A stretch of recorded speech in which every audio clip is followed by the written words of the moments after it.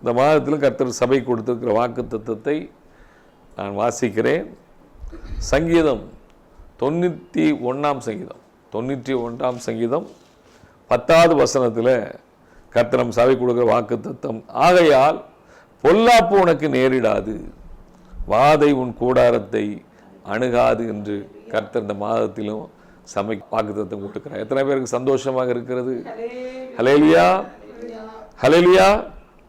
கர்த்தர் சொல்கிறார், பொல்லாப்பு உனக்கு நேரிடாது, வாதை உன் கூடாரத்தை என்ன செய்யாது, அணுகாது என்று கர்த்தர் வாக்கு பண்ணுகிறார். Then no harm will befall you, no disaster will come near your tent.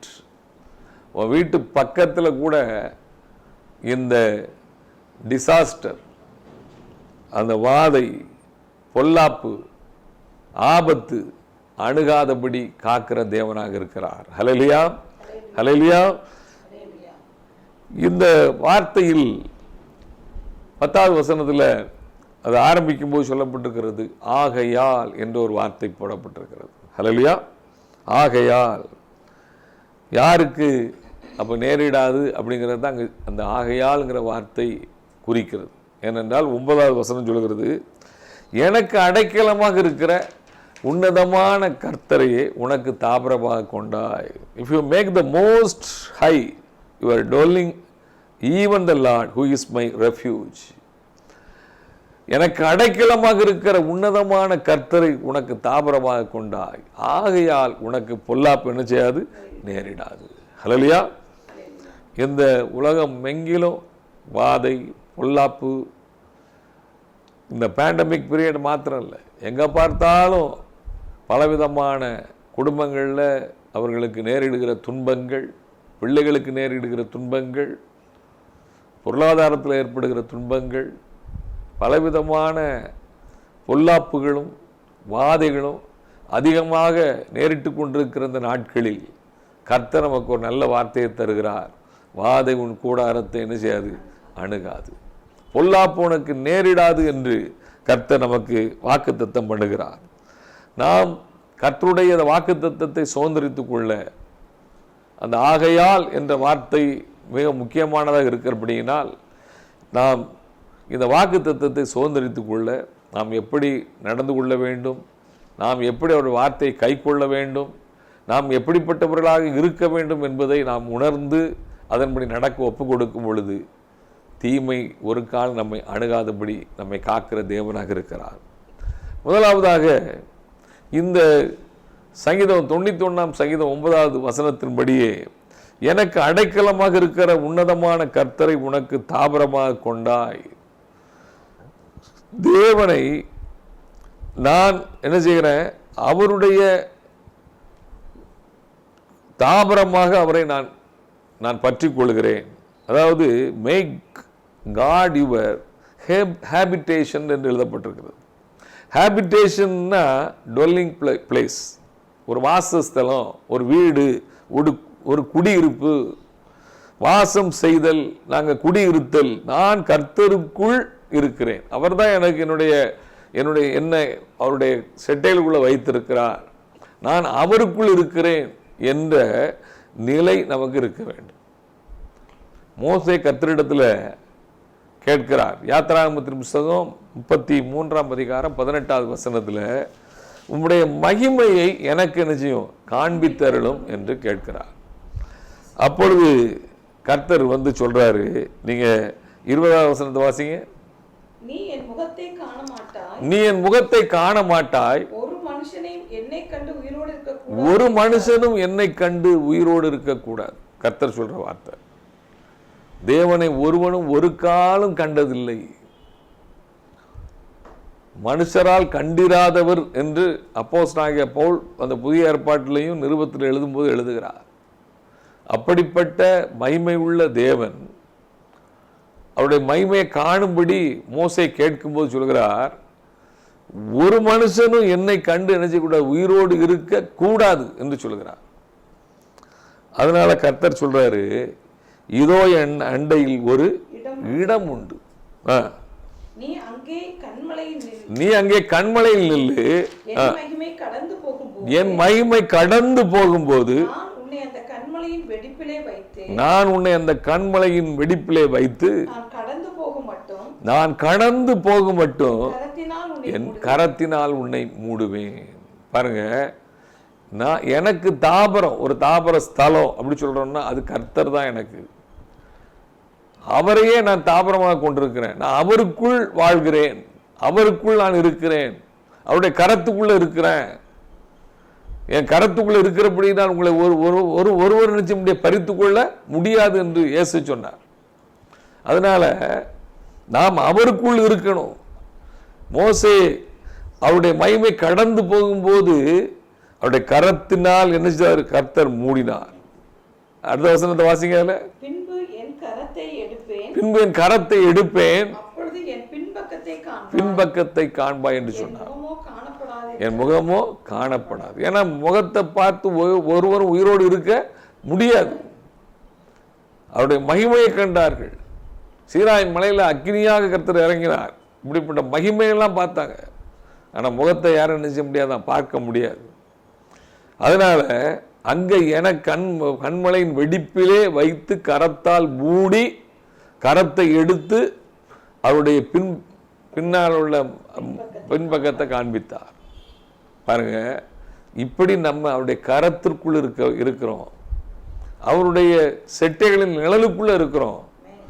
தாவீது சங்கீதம் 57ஆம் சங்கீதத்தில் அந்த சங்கீதத்தினுடைய ஹெட்டிங்கே எழுதப்பட்டிருக்குன்னா, தனக்கு நஷ்டம் நேரிடாத படிக்கு தாவீது இந்த சங்கீதத்தை பாடியிருக்கிறார். எனக்கு இறங்கும் தேவனே, எனக்கு இறங்கும், உம்மை என் ஆத்துமா அண்டிக் கொள்கிறது, கடந்து போகும் மட்டும் உமது செட்டைகளின் நிலையிலே வந்து அடைவேன். விக்கினங்கள் கடந்து போக மட்டும், எனக்கு பொல்லாப்பான காரியங்கள், பேச்சு காரியங்கள் எல்லாம் எனக்கு கடந்து வந்து கொண்டிருக்கிறது. இந்த விக்கினங்கள்லாம் கடந்து போக மட்டும் நம்முடைய செட்டைகள் நிலையிலே வந்து அடைவேன். அவர் தான் எனக்கு தாபரஸ்தலம். நம்ம அவரை பற்றி கொள்ளணும். நமக்கு ஏதாவது பிரச்சனை வந்துச்சுன்னா நம்ம என்ன செய்கிறோம்? அவங்க வீட்டுக்கு போய் ஏதாவது பேசுவோம், இவங்க வீட்டுக்கு போய் ஏதாவது பேசுவோம், அந்த வீட்டில் போனால் ஒரு ஆறுதல் இல்லை. அவர் தான் எனக்கு தாபரஸ்தலம். அவருக்குள்ளே நான் போகணும், அவரோடு இருக்கணும். ஏசாயா 51ஆம் அதிகாரம் 16வது வசனத்தில் கர்த்தர் சொல்லுகிறார், நான் வானத்தை நிலைப்படுத்தி பூமியை அஸ்திபாரப்படுத்தி சீயோனை நோக்கி நீ என் ஜனம் என்று சொல்வதற்காக என் வார்த்தையை உன் வாயிலை அருளி என் கரத்தின் நிழலால் உன்னை மறைக்கிறேன் என்று சொல்கிறார். அவர் கரத்தின் நிழலால் நம்ம என்ன செய்கிறார்? மறைக்கிற தேவன். அதை உணர்ந்துதான் சங்கீதக்காரர் தாவீது சொல்கிறார். 32ஆம் சங்கீதம் 7வது வசனம் நமக்கு வாக்குத்தத்தமான வசனம். நீரே எனக்கு மறைவிடமாக இருக்கிறீர், இக்கட்டுகளுக்கு விலக்கி காத்து அவர் மறைவுக்குள்ள நான் இருக்க முடியுது. இந்த சங்கீதம் 91 ஸ்டார்டிங் என்னது? உன்னதமானுடைய மறைவில் இருக்கிறவன் தான் சர்வ வல்லவருடைய நிழலில் தங்குவான். அவருடைய மறைவுக்குள்ள நான் இருக்கிறேன், அவருடைய செட்டைகளின் நிழலுக்குள்ள இருக்கிறேன், அவருடைய கரத்துக்குள்ள இருக்கிறேன். அப்படிப்பட்ட ஒப்பு கொடுக்கப்பட்ட வாழ்க்கைக்குள்ள வரணும். நான் அவருக்குள் வாழுகிற வாழ்க்கைக்குள்ள வரணும். அப்படி நான் வரும்பொழுது என்னை எல்லா இக்கட்டுகளுக்கும் நீங்களாக்கி இரட்சண்ய பாடல்கள் என்னை சூழ்ந்து கொள்ளும்படி செய்கிற தேவன். சங்கீதம் 27:5 தாவீது சொல்கிறார், தீங்கு நாளிலே அவர் என்னை தமது கூடாரத்தில் மறைத்து என்னை அவர் தமது கூடார மறைவிலே ஒளித்து வைத்து என்னை கண்மலையின் மேல் உயர்த்துகிற தேவன். கூடார மறைவில் ஒளித்து வைக்கிற தேவன். என்னை அவருடைய செட்டைகளின் நிழலுக்குள்ள வைத்து பாதுகாக்கிற தேவன். அவருடைய கரத்தின் நிழலால் என்னை மறைக்கிற தேவன். அவர் இரத்த கோட்டைகள் என்னை மூடிக்கொள்ளுகிற தேவன். இஸ்ரவேல் ஜனங்கள் அன்றைக்கு ஒரு பாதுகாப்பு சங்கார தூதன் வந்த பொழுது எப்படி அங்கே ரத்தம் பூசப்பட்ட நிலைக்கால்கள், அந்த நிலை சட்டங்கள், எங்கெல்லாம் ரத்தம் பூசப்பட்ட எந்த வீடெல்லாம் பூசப்பட்டதோ அந்த வீடு எல்லாம் பாதுகாப்பு. ஏன்னா அவருடைய வார்த்தையை கை கொண்டு அவர் சொன்னபடி செய்து அவர்கள் அங்கே அந்த வீட்டுக்குள்ளே இருந்தாங்க, வெளியே வராமல். அன்பு தேவ பிள்ளைகளே, அவருடைய செட்டைகளுக்குள்ள நம்ம இருக்கணும். அப்போஸ்தலர் நடவடிக்கைகள் நம்ம பார்க்கிறோம். 14ஆம் அதிகாரம் 23வது வசனத்தில் அங்கே சபையை எப்படி ஒப்புவிக்கிறாங்கன்னா, கர்த்தருக்கு அவர்களை ஒப்புவித்தார்கள். சபைக்குள்ள எந்த விதமான தீங்கு வரக்கூடாது, எந்த விதமான கள்ள போதகங்களும் வரக்கூடாது, கள்ள சகோதரர்கள் மூலமாக பிரச்சனை வந்துடக்கூடாது. இதுக்கெல்லாம் என்ன செய்கிறாங்கன்னா, கர்த்தருக்கு அவர்களை என்ன செய்தார்கள், ஒப்புவித்தார்கள் எழுதப்பட்டிருக்கிறது. 14ஆம் அதிகாரம் 26வது வசனத்தை வாசிங்க. அங்கே கப்பல் ஏறி தாங்கள் நிறைவேற்றின கிரியைக்காக தேவனுடைய கிருபைக்கு ஒப்புவிக்கப்பட்டு புறப்பட்டு, அப்போஸ்தலர்களாகிய அங்க பவுலையும் பர்னபாவையும் தேவனுடைய கிருபைக்கு ஒப்புவித்தார்கள். அவருடைய கிருபைக்கு ஒப்புவித்தார்கள். பாருங்க, அவருடைய கர்த்தருக்குள்ள நம்மளை ஒப்புவித்து நம்ம வாழ்கிற வாழ்க்கை, கர்த்தருடைய கிருபைக்குள்ள ஒப்புவித்து வாழ்கிற வாழ்க்கை. அப்போஸ்தலர் 20ஆம் அதிகாரம் 32வது வசனத்தில் தேவனுக்கு அவருடைய கிருபை உள்ள வசனத்துக்கும் உங்களை ஒப்பு கொடுக்கிறேன் அப்போஸ்தலனாகிய பவுல் அங்கே சொல்கிறார். கிருபை உள்ள வசனத்துக்குள்ள எதுக்காக? கடைசி நாட்களில் உங்களிலே சிலர் எழும்பி வருவாங்க, இந்த போதகத்தெல்லாம் புரட்டுவாங்க. அங்கே நீங்கள் அதுக்கு முன்னால் வாசித்து பார்த்தீங்கன்னா அதெல்லாம் சொல்கிறாரு. நான் கூட உங்களுக்கு கண்ணீரோடு 3 வருஷம் நான் புத்திமொழி சொல்லி கொண்டு வந்ததை நினைத்து நடந்து கொள்ளுங்கள். அதனால் சபைக்கு கிருபை உள்ள வசனத்துக்கு ஒப்பு கொடுக்கிறார். கர்த்தருடைய கிருபைக்குள்ள, கர்த்தருக்குள்ள, கர்த்தருடைய கிருபை உள்ள வசனத்துக்குள்ள, கர்த்தருடைய கரத்திற்குள்ள, கர்த்தருடைய கூடாரத்துக்குள்ள நம்ம வைத்து காக்கிற தேவன். அன்பு தேவ பிள்ளைகளே, எப்படிப்பட்ட சூழ்நிலை வந்தாலும் எனக்கு ஒரு விசுவாசம் இருக்குது, கர்த்தர் அவருடைய கரத்துக்குள்ளே நான் இருக்கிறேன். என் குடும்பம் முழுவதும் அவருக்குள்ளே இருக்குது, அவருடைய வசனத்துக்குள்ளே இருக்கிறது, அவருடைய கிருபைக்குள்ளே இருக்கிறது. அதனால் வாதை எங்களை என்ன செய்யாது, அணுகாது. பொல்லாப்பு எங்களுக்கு என்ன செய்யாது, நேரிடாது. சங்கீதம் 46ஆம் சங்கீதம் 1வது வசனத்தில் தேவன் நமக்கு அடைக்கலமும் பலனும் ஆபத்து காலத்தில் அனுகூலமான துணையுமானவர். அவர் தான் எனக்கு அடைக்கலம், அவர் தான் எனக்கு அடைக்கலம் தருகிற தேவன். அவருடைய அடைக்கலத்துக்குள்ள நான் இருக்கிறேன். சங்கீதம் 37ஆம் சங்கீதம் 39வது வசனத்தில் இக்கட்டு காலத்தில் அவரே அவர்கள் அடைக்கலம். யாருக்கு? நீதிமானுக்கு. வாசிங்க 37-39. நீதிமானுடைய ரட்சிப்பு கர்த்தரால் வரும். இக்கட்டு காலத்தில் அவரே அவர்களுடைய அடைக்கலமாக இருக்கிறார். அவர் தான் அடைக்கலம். சங்கீதம் 90ல் மோசஸ் அவர் ஜெபிக்கிறார். அது ஜெபம், மோசேயினுடைய ஜெபம். ஆண்டவரே தேவரீர் தலைமுறை தலைமுறை எங்களுக்கு அடைக்கலமானவர் என்று சொல்கிறார். அவர் தான் நமக்கு அடைக்கலம், தாபர ஸ்தலம். அதற்குள்ள நம்ம இருக்கும் பொழுது நம்ம பாதுகாக்கிற தேவன். சங்கீதம் 91:14 அவன் என்னிடத்தில் வாஞ்சியா இருக்கிறபடியால் அவனை விடுவிப்பேன், என் நாமத்தை அவன் அறிந்திருக்கிறபடியால் அவனை உயர்ந்த அடைக்கலத்தில் வைப்பேன். இயேசு கிறிஸ்துவுடைய நாமத்தை அறிந்து அவரை பற்றி கொள்கிற ஒவ்வொரு பிள்ளைகளுக்கும் கர்த்தர் உயர்ந்த அடைக்கலமாக இருக்கிறார். யோவேல் தீர்க்கதரிசி 3ஆம் அதிகாரம் 16வது வசனத்தில் கர்த்தர் தமது ஜனத்திற்கு அடைக்கலமும் இஸ்ரவேல் புத்திரருக்கு அரணான கோட்டையுமா இருப்பார். அவர் தான் நமக்கு அடைக்கலம். 3:16 சொல்றாரு,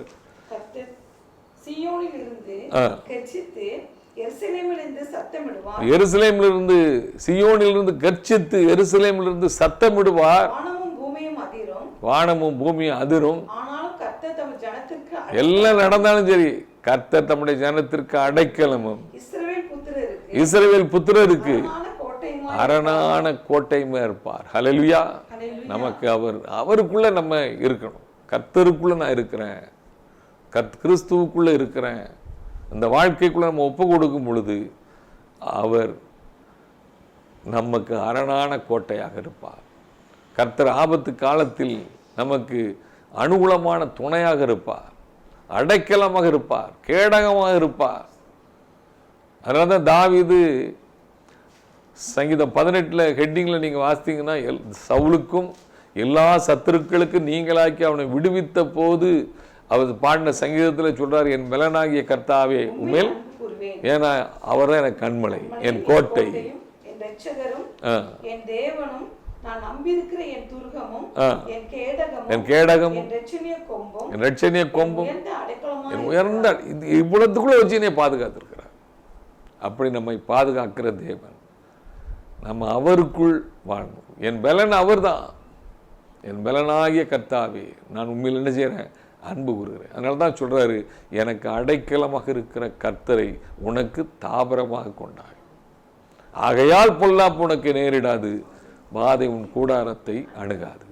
அன்பு தேவ பிள்ளைகளை, இரண்டாவது காரியம், நம்ம இதை சுதந்திரிப்பதற்கு நீதிமொழிகளின் புஸ்தகம் 1ஆம் அதிகாரம் 33வது வசனம் சொல்லுது, எனக்கு செவி கொடுக்கிறவன் எவனோ அவன் விக்கினமின்றி வாசம் பண்ணி ஆபத்திற்கு பயப்படாமல் அமைதியாயிருப்பான். ஆபத்திற்கு பயப்படாமல் அமைதியாயிருப்பான். ஆபத்து வராது. உலகத்தில் எல்லாம் ஆபத்துமான சூழ்நிலைகள் வரும், தீமை வரும். ஆனால் கர்த்தருடைய பிள்ளைகள், நீதிமான்கள் சிங்கத்தை போல் தைரியமாக இருப்பார்கள் என்ற வார்த்தையின்படி அவங்க கர்த்தருடைய வார்த்தைக்கு செவி கொடுத்து கர்த்தரையை நம்பி கர்த்தரையை பற்றி கொண்டிருக்கிறபடினால விக்கினமின்றி வாசம் பண்ணுவான். ஆபத்திற்கு பயப்படாமல் அமைதியாய் சமாதானத்தோடு இருப்பான். இது யாருக்கு? எனக்கு செவி கொடுக்கிறவன் எவனோ. கர்த்தருடைய சத்தத்துக்கு கீழ்ப்படுகிறவர்கள். இந்த காதில் கேட்டுட்டு இந்த காதில் விட்டுட்டு போறது கிடையாது. நல்ல நிலத்தில் விதைக்கப்பட்ட விதையாய் இருதயத்தில் காத்து அதை 100 மடங்கு பலன் கொடுக்கிறவர்கள், கர்த்தருடைய வசனத்துக்கு நடுங்குகிறவர்கள், கர்த்தருடைய வார்த்தையை ஏற்றுக்கொண்டு அதன்படி நடக்க ஒப்பு கொடுக்கிறவர்கள், கர்த்தருடைய சத்தம் நமக்கு நேராக வரும்பொழுது அந்த சத்தத்திற்கு கீழ்ப்படுகிறவர்கள், அவங்களுக்கு கர்த்தர் சொல்றாரு. அதான் பிரசங்கில 8ஆம் அதிகாரம் 5வது வசனத்தில் பார்க்கிறோம், கற்பனையை கை கொள்ளுகிறவன் ஒரு தீங்கே அறியான். கர்த்தருடைய வார்த்தைக்கு நம்ம கீழ்ப்படி நடந்தா ஒரு தீமையை நாம் அறிய மாட்டோம். அன்பு பிள்ளைகளே, பாருங்க, யோசித்து பாருங்க. நம்முடைய காலங்கள் கர்த்தருடைய காலத்தில் இருக்கிறது. இந்த உலகத்தில் எவ்வளவு நாள் வாழணும்னு கர்த்தர் நியமித்திருக்கிறாரோ அது வரைக்கும் நம்ம அவர் வாழ வைக்கிற தேவன். நம்ம பயப்பட வேண்டிய அவசியமே இல்லை. உலகத்தில் உள்ள மனிதன் பயப்படுகிறான், ஆனால் கர்த்தருடைய பிள்ளைகள் பயப்பட வேண்டாம். நான் என்னுடைய காலங்கள் கர்த்தருடைய கரத்தில் இருக்கிறது. கர்த்தருடைய பிள்ளைகள் ஞானமாகவும் நம்ம நடந்து கொள்ள வேண்டும். அதே போல இயேசு சொன்னார் மத்தேயு 7ஆம் அதிகாரம் 24-25 வசனத்துல, நான் சொல்லிய இந்த வார்த்தைகளை கேட்டு இவைகளின்படி செய்கிறவன் எவனோ அவனை கண்மலையின் மேல் தன் வீட்டை கட்டின புத்தியுள்ள மனுஷனுக்கு ஒப்பிடுவேன். பாருங்க, இதெல்லாம் ஆபத்தான சூழ்நிலை. பெருமழை சொரிந்து பெருவெள்ளம் வந்து காற்று அடித்து அந்த வீட்டின் மேல் மோதியும் அது விழவில்லை. ஏனென்றால் அது கண்மலையாகிய கிறிஸ்துவின் மேல் அஸ்திபாரம் போடப்பட்டிருக்கிறது. அவருடைய வார்த்தையை கை கொள்கிறவர்களுக்கு கர்த்தர் எவ்வளவு பெரிய பாதுகாப்பை கொடுக்கிறார் பாருங்க. பெரும் வெள்ளம் வந்தாலும் சரிதான், பெரும் காற்று அடித்தாலும் சரிதான், எவ்வளவு பெரிய சூழ்நிலைகள் வந்தாலும் சரிதான், கர்த்தர் நம்மையும் நம்முடைய பிள்ளைகளையும் நம்முடைய குடும்பத்தையும் காக்கிற தேவனாக இருக்கிறார். எல்லா தீங்குக்கும் விலக்கி காக்கிற தேவன். அவருடைய வார்த்தையை நம்ம என்ன செய்யணும்? கை கொள்ளுகிறவர்களாக இருக்கணும். ஒரு வசனத்துக்கு நடுங்குகிறவர்களாக இருக்கணும். ஒரே வரி, கற்பனைகளை கை கொள்ளுகிறவன் ஒரு தீங்கை செய்ய மாட்டான், அறிய மாட்டான். 3வது நீதிமொழிகள் 12ஆம் அதிகாரம் 21வது வசனத்துல, நீதிமானுக்கு ஒரு கேடும் வராது. நம்ம எல்லாரும் நம்முடைய விசுவாசம் மேன்மை பாராட்டுறதுக்கு இல்லை, நம்ம நீதிமான்களாய் இருந்தால் தான் பரலோக ராஜ்யத்தை சுதந்திரிக்க முடியும். நீதிமான்களாய் நம்மை பூரணப்படுத்துகிறார் சபைக்குள்ள வைத்து.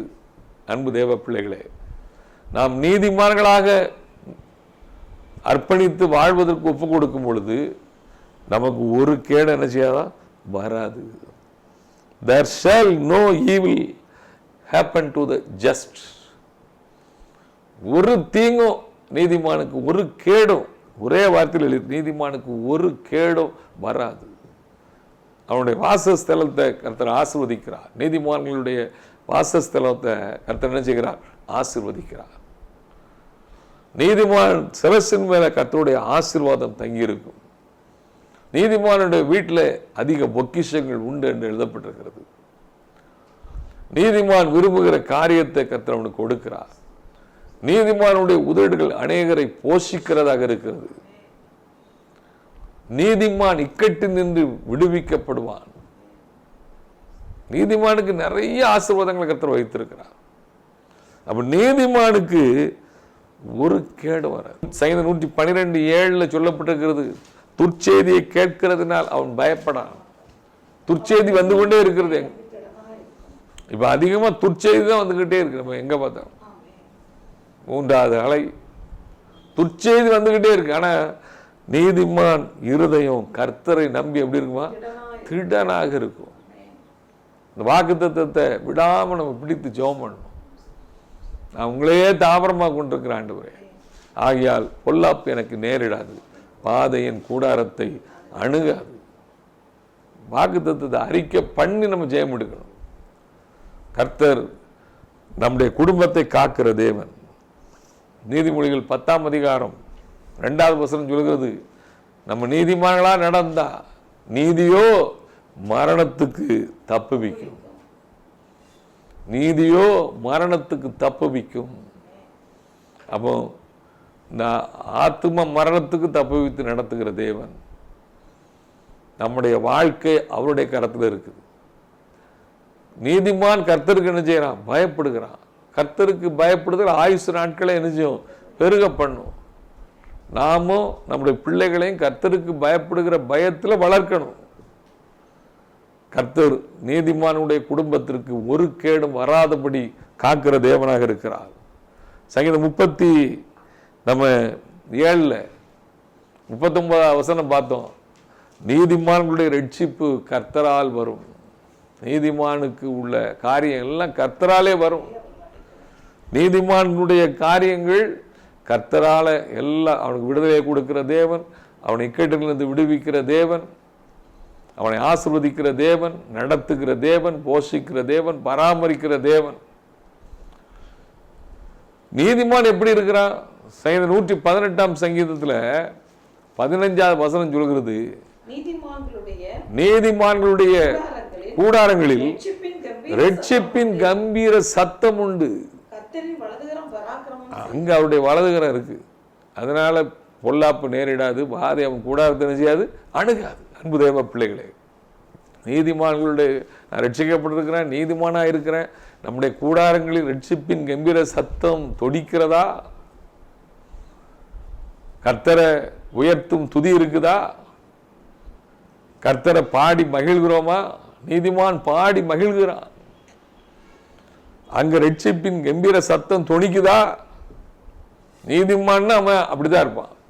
அவன் கர்த்தரோடு இசைந்திருப்பான், கர்த்தரோடு அமர்ந்திருப்பான். கர்த்தரை அவன் பாடுகிற பாட்டு சத்தம் கேட்கும், கர்த்தரை உயர்த்துகிற துதி இருக்கும். அவன் கர்த்தரோடு ஐக்கியமா இருப்பான், ஜெபத்துல தரித்திருப்பான். சங்கீதம் 118:16 சொல்லுகிறது, கர்த்தரின் வலதுகரம் அவன் வீட்டுல உயர்ந்து இருக்கிறது. கர்த்தரின் வலதுகரம் பராக்கிரமம் செய்யும். அவர் பராக்கிரமம் உள்ள கர்த்தர், நமக்கு உதவி செய்கிற தேவன். அன்பு தேவ பிள்ளைகளே, நீதிமானுடைய கூடாரத்துல அந்த கம்பீர சத்தம், அந்த துதியின் சத்தம் அங்க கேட்டுக்கொண்டே இருக்கணும். சகரியாவின் தீர்க்க தரிசன புஸ்தகம் 2:10 அங்க தீர்க்க தரிசி போன சொல்லப்பட்ட வார்த்தை, சீயோன் குமாரத்தியே கம்பீரித்து பாடு, இதோ நான் வந்து உன் நடுவில் என்ன செய்வேன்? வாசமாயிருப்பேன். நம்ம கர்த்தரை துதிச்சு கம்பீரித்து பாடும்போது கர்த்தர் நம்மக்கிட்டே வந்துடுறாரு. சகரியா 2:5 அந்த கர்த்தர் நம்ம நடுவில் இருக்கிறதுனால எப்படிப்பட்ட காரியத்தை செய்றாரு? நான் அதற்கு சுற்றிலும் அக்கினி மதிலா இருந்து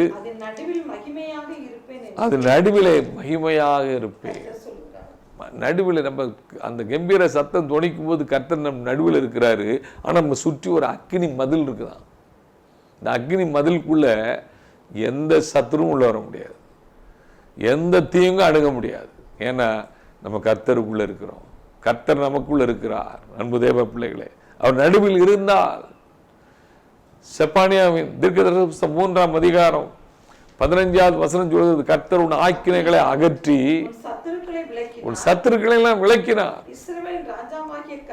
இஸ்ரவேலின் ராஜாவாகிய கர்த்தர் உன் நடுவில் இருக்கிறார். அவர் நடுவில் இருந்தா தீங்கு கிடையாது. கற்பனையை கை கொள்ளுகிறவன் ஒரு தீங்கை அறிய மாட்டான். அவர் நம் நடுவில் இருந்தால், எங்கே 2 பேர் 3 பேர் நாமத்தினாலே கூடியிருக்கிறீர்களோ நடுவில் நான் இருக்கிறேன்னு சொல்லியிருக்கிறார். அப்போ குடும்ப ஜெபம் இருக்கா? அன்பு தேவ பிள்ளைகளே, உங்களுடைய தனி ஜெபம் இருக்கா?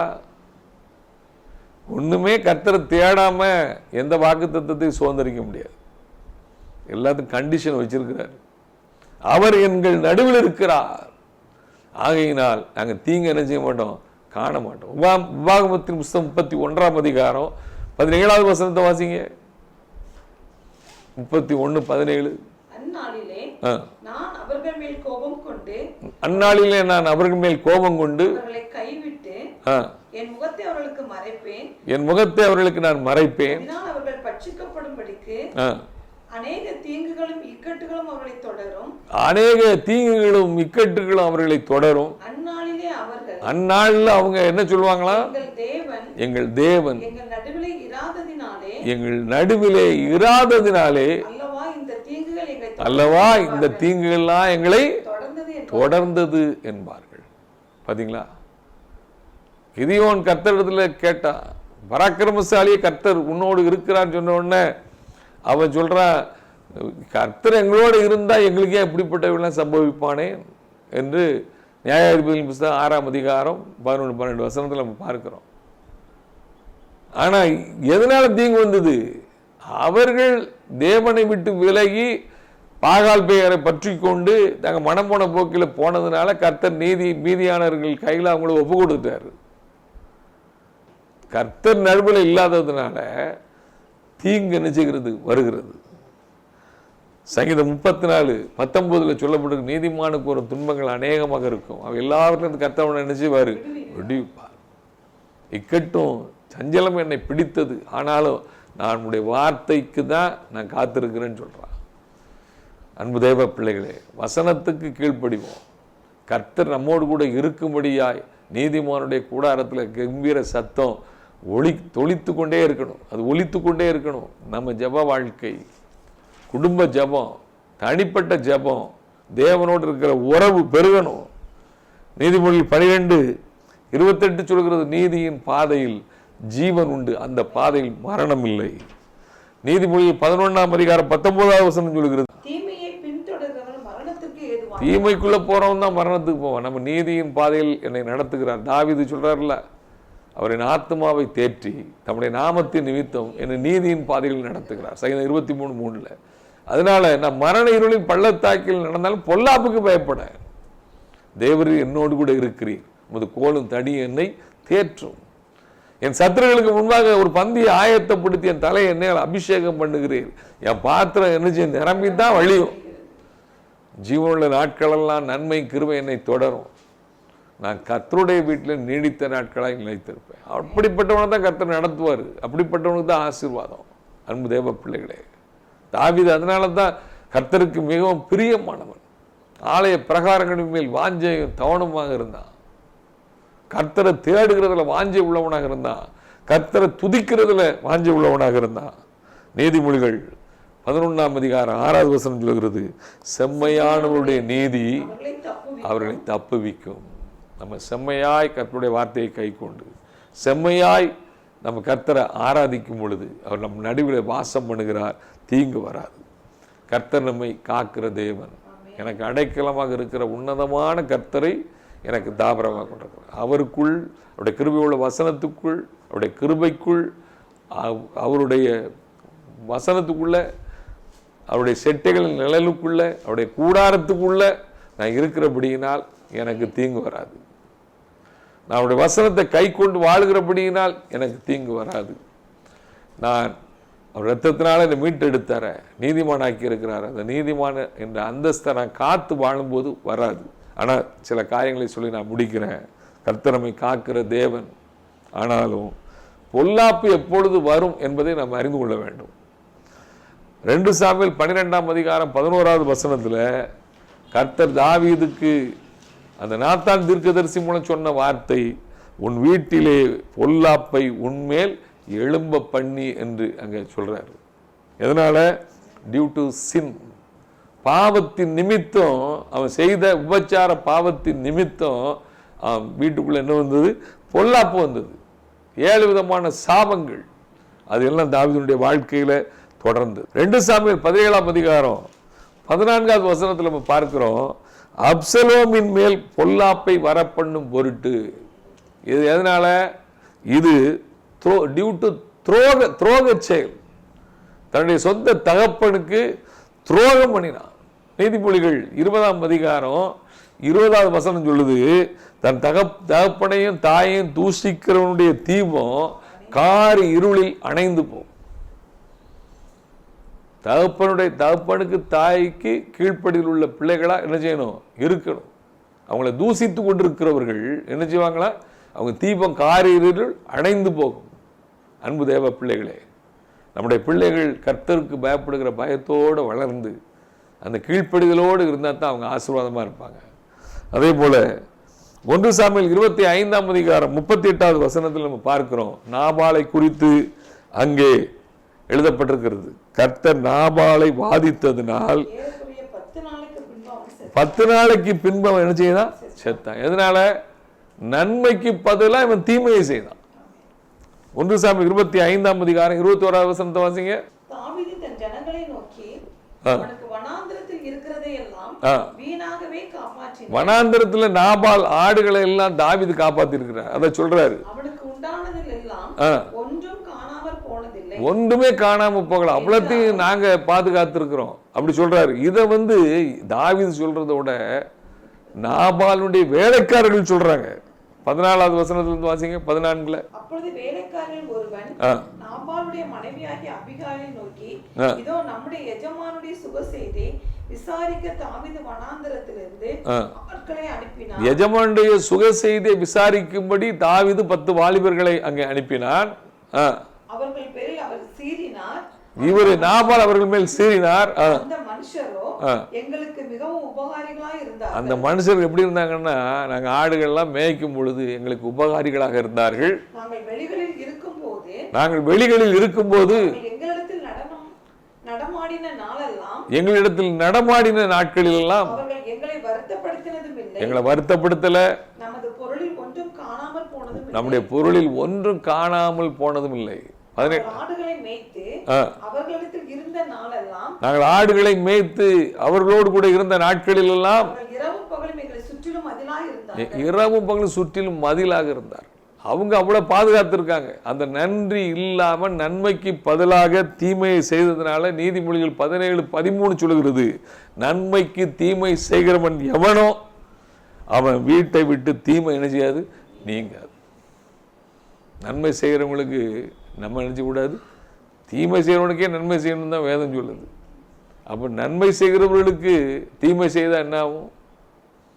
எந்த காரியத்திலும், உங்கள் பிஸ்னஸாக இருக்கலாம், குடும்பத்தின் காரியங்களாக இருக்கலாம், எல்லா காரியத்திலும் நம்ம தீமை ஒரு நாளும் செய்யாதபடி கர்த்தருடைய பிள்ளைகள் வாழ வேண்டும். இதனால தான் பொல்லாப்பு வருது. நாபாலை கர்த்தர் அடித்தார். அவன் 10 நாள் இருந்து செத்தே போனான். அவன் இருதயம் கல்லாயிட்டு அப்படி செத்துட்டான். 1 பேதுரு 3ஆம் அதிகாரம் 13வது வசனத்தை வாசிங்க. நீங்கள் நன்மையை பின்பற்றுகிறவர்களானால் உங்களுக்கு தீமை செய்கிறவன் யார்? நமக்கு ஒரு தீமையும் மனுஷன் மூலமாவோ யார் மூலமோ ஒரு தீமை அணிச்சா நம்மை அணுகாது. பொல்லாப்பு நமக்கு நேரிடாமல் இருக்க வேண்டும் என்றால் இந்த காரியங்களை நம்ம கை கொள்ள வேண்டும். பாவம், துரோக செயல், நன்மைக்கு தீமை செய்கிற காரியம். பாருங்க, கடைசி வரைக்கும் பயந்துக்கிட்டு தான் இருந்திருக்காங்க யோசேப்பின் சகோதரர்கள். யோசேப்பு நல்லா வைக்கிறது தான் நினைக்காரு, ஆனால் செய்த தீமையை நினைச்சு கடைசி வரைக்கும் பயம். அதனால தான் யோசேப்பு சொல்றாரு, ஆதியாகமத்தின் புத்தகம் 50ஆம் அதிகாரம் 20வது வசனத்தில், நீங்களும் எனக்கு தீமை செய்ய நினைத்தீர்கள், இப்பொழுது நடந்து வருகிறபடி வெகு ஜனங்களை உயிரோடை காக்கும்படிக்கு கர்த்தர் எனக்கு நன்மையா முடிய பண்ண. தீமை செய்கிறவன் என்ன சிந்திச்சுட்டு போட்டோம். ஆனா நான் கரெக்டா யோசேப்பை மாதிரி நான் கர்த்தரோடு இருக்கிற வாழ்க்கைக்குள்ள நான் இருந்தா, நீதிமான் என்ற அந்தஸ்தை காத்து கொண்டா, கர்த்தர் என்னை தீமையை நன்மையாக மாற்றி தருவார். அன்பு தேவ பிள்ளைகளே, பொல்லாப்பு நமக்கு என்ன செய்யாது, நேராது. வாதம் எப்பொழுது வரும்? தாவீது 2 சாமுவேல் 24 பார்க்கிற 3 காரியங்களை கர்த்தர் கேட்கிறார். கர்த்தருடைய வார்த்தையை மீறினபடினார். ஜனங்களை தொகையிட வேண்டும் என்றால் அதுக்கு ஒரு சட்டத்தை கர்த்தர் 8ஆம் புத்தகத்தில் வச்சிருக்கிறார். அதை மீறி ஜனங்களை தொகையிட்டதுனால என்ன நடந்தது? இங்க கேட்கிறார் கர்த்தர். அதாவது 12-13 வசனத்துல நம்ம பார்க்கிறோம். வாசிங்க. அப்படியே தேவன் தாவீதினிடத்தில் வந்து அவனை நோக்கி, உம்முடைய தேசத்திலே 7 வருஷம் பஞ்சம் வர வேண்டுமோ? 7 வருஷம் பஞ்சம் வர வேண்டுமா? அல்லது 3 மாதம் உம்முடைய சத்துருக்களை பின்தொடர 3 மாதம் சத்துருக்கள் உம்மை பின்தொடர வேண்டுமோ? நீர் அவர்களுக்கு முன்பாக ஓடி போக வேண்டுமோ? நீர் அவர்களுக்கு முன்பாக ஓடி போகணும். அது தொடர்ந்தா சத்துரு வந்தா நீ ஓடத்தான் செய்யணும். அப்படி ஒரு கட்டம். அல்லது உம்முடைய தேசத்தில் 3 நாள் கொள்ளை நோய் உண்டாக வேண்டும். 3 நாள் கொள்ளை நோய் நான் திரும்ப சொல்றேன், கர்த்தரால் அனுமதிக்கப்பட்டது. பாத்துக்கிறேங்க. கொள்ளை நோய் வர வேண்டுமா? கர்த்தர் கேட்கிறார். அந்த காத்து தீர்க்கதரிசி மூலம் கேட்கிறார். அவன் கர்த்தருடைய கைகளிலே விழுவேனாக, அவருடைய இரக்கங்கள் மகா பெரியது என்று தாவீது ஒப்பு கொடுத்தான். அப்போ கொள்ளை நோய் வந்தது. 70,000 பேர் சாகுறாங்க. அங்க எப்போ அங்க விடுதலை வருதுன்னா, அங்க வாதை எப்பொழுது அகன்று போகுதுன்னா, அவன் தேவ சமூகத்துல 17ஆவது வசனத்துல, நான் தான் பாவம் செய்தேன், நான் தான் அக்கிரமம் பண்ணினேன், இந்த ஆடுகள் என்ன செய்தது என்று தேவன்கிட்ட கண்ணீரோடு ஒப்பு கொடுத்த பொழுது, அதே தீர்க்கதரிசி சொல்றார், நீ பலிபீடத்தை கட்டு. பலிபீடம் கட்டப்பட்டு பலி செலுத்திய பொழுது அங்கே வாதை நிறுத்தப்பட்டது. அதே போலதான் நம்ம தேவனுடைய சமூகத்தில் நம்மை ஜீவ பலியாக ஒப்பு கொடுக்கும் பொழுது, நம்மை உணர்ந்து ஒப்பு கொடுக்கும் பொழுது வாதை நிறுத்தப்படும். அன்பு தேவ பிள்ளைகளே, அதே போல நம்ம பார்க்கிறோம் 2 சாமுவேல் 21ஆம் அதிகாரத்தில் அங்க ஒரு வாதையான சூழ்நிலை. என்னது? பஞ்சம் வந்தது. எதனால? யோசுவா காலத்தில் கிபியோனியர்களோடு ஒரு உடன்படிக்கை இருந்தது. அந்த உடன்படிக்கையை தகர்த்து சவுல் அவர்களுக்கு தீங்கு செய்ய செய்ததினால் அங்கே கர்த்தருடைய கோபம், தாவீதுடைய நாட்களில் அந்த பஞ்சம் வருது. அதை விசாரித்து அதை கர்த்தர் சொன்ன வார்த்தையின்படி அந்த ஜனங்கள்கிட்ட கிபியோனியர்கிட்ட போய் கேட்டு அதுக்கு பிராயசித்தம்லாம் செய்த பின்புதான் தேசத்திற்காக செய்த வேண்டுதல் கேட்கப்பட்டது என்று எழுதப்பட்டிருக்கிறது 21ஆம் அதிகாரத்தில். அன்பு தேவ பிள்ளைகளே, வாதை அதுக்கு தான் நிறுத்தப்பட்டது. யோபுவினுடைய வாழ்க்கையில கர்த்தர் சத்ரு அவன் வியாதியை கொண்டு வந்தா, எல்லா ஐஸ்வர்யங்களையும் எடுத்துக்கிட்டான், பிள்ளைகள்லாம் இறந்தாங்க. கர்த்தரே அதை அலோவ் பண்ணினாரு. தேவனுக்கு பயந்து பொல்லாப்புக்கு விலகுகிற தேவனுடைய மனுஷன் தான். சில நேரத்தில் கர்த்தரே நினைச்சுக்கிறார், அனுமதிக்கிறார். ஆனாலும் யோபு அந்த விசுவாசத்தை, உத்தமத்தை காத்து கொண்டபடினார். அவர் என்னை கொன்று போட்டால் அவர் மேல் நம்பிக்கையாக இருப்பேன் என்றபடினார். ஏன்னா அங்க ஒரு போட்டி, நீர் எல்லாத்தையும் எடுத்துட்டா அவன் தூசிப்பான்னு சொன்னான். ஆனால் கர்த்தர் அதுக்காக கொஞ்சம் அனுமதித்தார். ஆனால் இரட்டத்தனையா யோபு என்ன செய்தார்? ஆசீர்வதித்தார். வியாதி, ஒரு வியாதி வர்றது ஒரு வாதம் மாதிரி தான். ஆசா கர்த்தர் அவனை ஆசீர்வதித்திருந்தார். ஆனால் இதே ஆசா பாஷாவுடைய யுத்தத்துக்கு வரும் பொழுது கர்த்தரை தேடாம, தன்னுடைய பணபலத்தை நம்பி, தன்னுடைய ஐஸ்வர்யத்தை நம்பி, அவன் பெனாதாத்திட்ட போய் கூலி பொருத்தி, பாஷாக்கு விரோதமாக நீர் போ, அவனை உடன்படிக்கை முறிச்சிட்டு என்னோட நீர் சேர்ந்துரும் சொல்லி இந்த காரியத்தெல்லாம் செய்ததுனால 2 நாளாகமத்தின் புஸ்தகம் 16ஆம் அதிகாரம் 12ஆவது வசனத்தை வாசிங்க. 39ஆம் வருஷத்திலே தன் கால்களில் வியாதி கண்டு அவன் நோவு மிகவும் உக்கரமா இருந்தான், வாதைக்குள்ள இருந்தான். எதனால? 9ஆவது வசனம் சொல்லுது, தம்மை பற்றி உத்தம இருதயத்தோடு இருக்கிறவர்களுக்கு தம்முடைய வல்லமை விளங்கப்படும்படி கர்த்தருடைய கண்கள் உலாவிக்கிட்டு இருக்குது. நீர் கர்த்தரை தேடி இருக்கணும். இந்த காரியத்துல நீர் எப்படி இருந்தீரு? மதி இல்லாத நீ முட்டாளா இருந்துச்சிய. தீர்க்கதரிசி வந்து சொல்றாரு, அனானி என்ற தீர்க்கதரிசி வந்து சொல்றாரு. அப்படின்னாலும் கேட்கல.